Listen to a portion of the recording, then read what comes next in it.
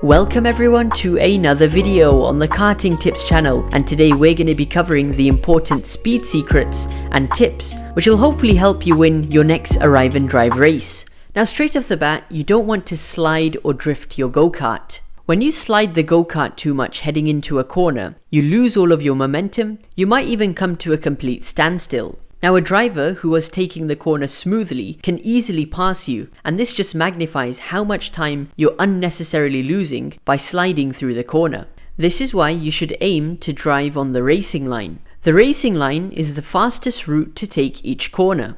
The racing line may vary between indoor and outdoor go-kart tracks, but generally speaking, the main concept you should try to follow is out in out. This is where you're approaching the corner from a wide angle from the outside edge. You turn in and aim to take an apex at the inside edge, and then you exit the corner once more back out to the outside edge again. This is one of the quickest ways and smoothest ways to take a corner. In go-karting, lap time can easily be won at the exit of the corner. Drive the corner in such a way to maximize your exit speed.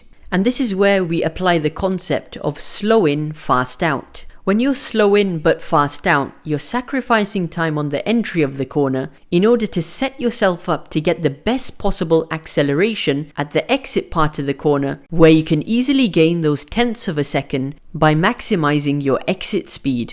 And the term slow in does not refer to approaching the corner as if it's a Sunday drive. Rather, you're approaching the corner with a level head with the most control over the go-kart, so you can dictate exactly where to position the kart throughout the corner. Moving on to some tips which are specific for braking. And in go-karting, don't expect to drive the entire lap without using the brake pedal.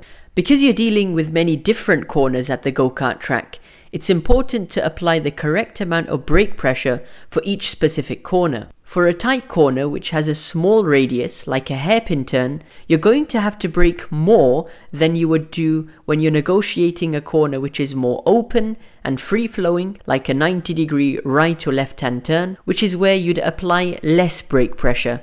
When it comes to braking, your aim should be to slow the go-kart down as fast as possible. So hit the brake pedal hard and carry the brakes into the corner, and you should feel the kart rotate better towards your targeted apex point. Once the go-kart is slowed down sufficiently, you can get off the brake pedal and get back onto the gas smoothly and accelerate out of the turn. It's important to find the limit of hard braking, because if you brake too hard, you risk the rear end snapping out completely and you can go off in a spin. Additionally, it's also important to identify your braking point for each corner. This is the exact location on the track where you want to hit the brake pedal before the corner. It's tricky to brake at the same point each lap. However, if you can identify a reference point, this can give you a heads up on where the braking point is. Now moving on to some tips which are specific to overtaking in go-karting. Overtaking is all about timing and accuracy. You have to be very precise and very decisive. Let's take the switchback line as an example. And in this case, the driver on the inside line is trying to defend his position. The driver on the outside line, who's attacking, can afford to brake early heading into this hairpin turn because he's trying to get the best acceleration possible. And on the exit of the corner, the space opens up for the driver on the attack. And because he got better acceleration out of the turn, he can just sweep past. Similarly, the second example demonstrates exactly why the switchback line is effective. It's because we're both approaching the corner side by side, but by braking early, we're anticipating the driver on the inside to overshoot the corner. And as he overshoots the corner, the space opens up at the inside edge where our natural apex point is.